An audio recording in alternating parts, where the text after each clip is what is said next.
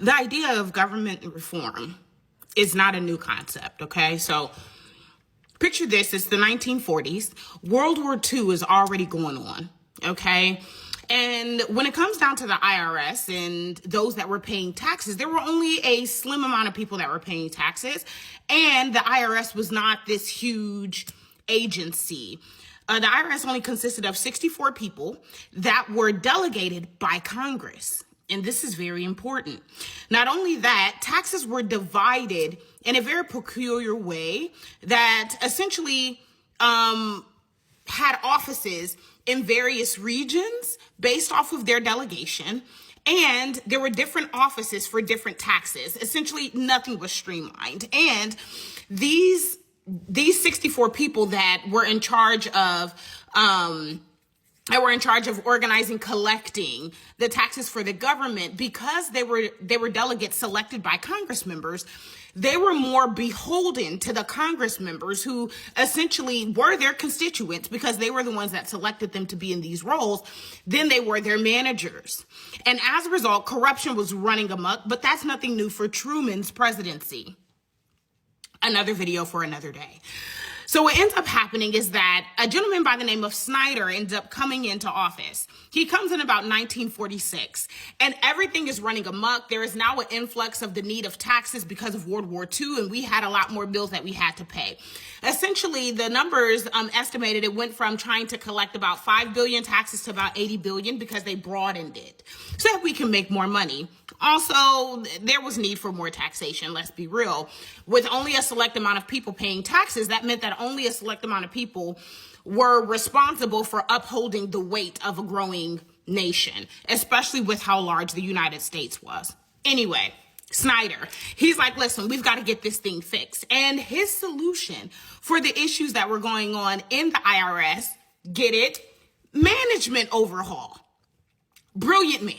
Okay, so he gets in and he's like, look, we need to redo our management structure. And the way that we're going to redo our management structure is that we're going to get insights from frontline bottom workers. They're going to tell us how this process goes because our management has no clue how anything is working. And because they don't know how anything is working, that means that the process is obscure. And since the process is obscure, it allows for there to be more issues and more conspiracies and more theft within the IRS. We can fix this if we fix the management structure. Okay. Not only that, you also had the oversight, that was doing an investigation, and they began the investigation in 1945, I believe, and they finished it and submitted their report in 46.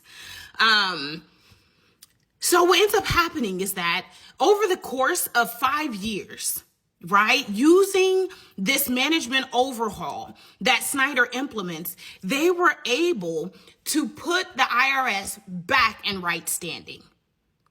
And due to these investigations, there were a lot of people that were arrested and held accountable. If I'm not mistaken, some of about 180 people due to the fraud and the crime that was happening within the IRS.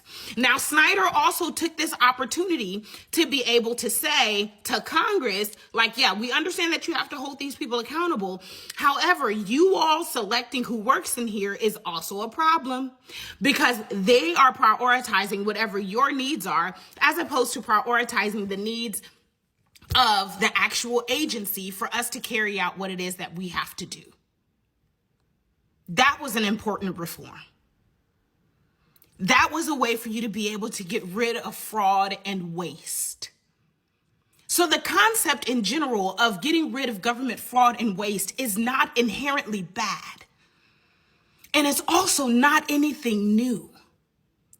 But there is something that can be learned by taking a look at the first time that the IRS, the first major overhaul that the IRS had to do in order to get rid of fraud and waste, and what's currently happening underneath this administration. It's very important because they are seeking to cut the workforce of the IRS by 20% in the busiest season of the agency, which is tax season. Okay. So what you will inevitably end up doing is repeating history where we had a lot of people that have to file a lot of taxes that are in different groups, because what they ended up doing was they ended up restructuring how the taxes were paid and how it was divided. Now it's only 4 groups, right? You have those that are tax exempt. You have those that are large or medium to large size companies. Then you have those that are like single and property owners. And then you have those that are like married, right? But there's only four groups, okay? But there are a lot more people than what it was back then. And there's a lot more people filing more complicated taxes in general, okay? With the cutting of the IRS,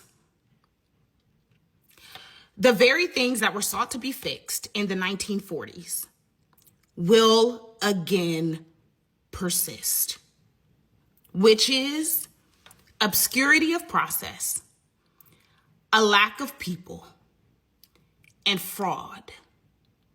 Because inevitably, when you do not have a control of the process, and people that will remain in the agency will be overwhelmed with the amount of taxes that will have to be prepared, that will need to be submitted, and that would need to be audited and overviewed, or reviewed rather.